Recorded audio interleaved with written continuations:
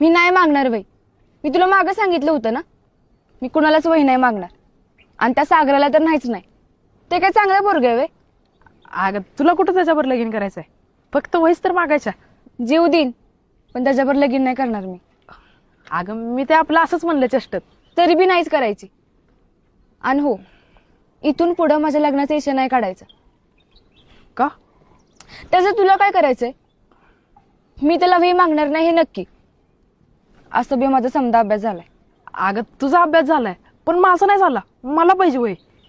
मग वर्गातल्या पोरींची मागकी आणचं बी. माझी नकोच असेल तुला, मग तुझ्या आवडतं केवढंच आणून देऊ का? तुला कोण म्हणलं ती माझी आवडते? अख्खा वर्ग म्हणतोय, अजून कोण कशाला म्हणायला पाहिजे? अगं पण तसं काय असतं तर सगळ्यात आधी तुलाच सांगितलं नसतं का? तू माझी लहानपणीची मैत्रीण आहेस. आजवर असं काय झालंय का जी गोष्ट घडली आणि मी तुला सांगितली नाही?